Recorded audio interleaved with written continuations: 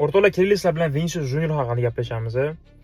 Aslida Vinicius Junior o'zi juda ham talantga boy o'yinchi-da, lekin shu talantini to'g'ri joyga ishlata olmaydigan o'yinchi. Kechagi o'yinda o'zingizlar ko'rdinglar. Juda ham go'zal gol urdi. Menga golchi shunaqangi yoqdiki, baqirib yubordim to'g'risida. Lekin Jose Mourinyo gapini eshitamiz. Vinicius Junior shunaqangi go'zal gol urdiki, u o'z jamoadoshlari bilan nishonlash kerak edi. Lekin 60 mingta Benfica muxlislari qarshisida emas. Rostdan ham o'rtoqlar, bu jiddiy provokatsiya. Uni raqsga tushgani, kulayotgani yuzidan bilinib turibdi. Ko'ringlar mana shu meni javobim degandek. Lekin 2-3 hafta oldin Realning o'zining muxlislari unga stadion Santiago Bernabeuda baqirishayotganida, shutdak boslik qilishayotganida. Ana endi shu argentinalik o'yinchiga keladigan bo'lsak, Vinicius Junior shunisi bo'ladi rostdan ham.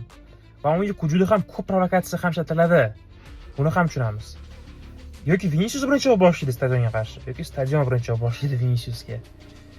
O'zingizlar esingizda bor, Kimix bilan bo'lgan voqea qanaqa? O'sha holatda o'zi oltin to'pni yuta olmagandi bu bola. O'rtoqlar, nima deb o'ylaysizlar o'zingizlar? Vinicius Junior o'zgaradimi yo o'zgarmaydimi? Agar o'zgarmasa, men uzoqqa keta olmaydim bunaqa o'yin bilan, to'g'risi.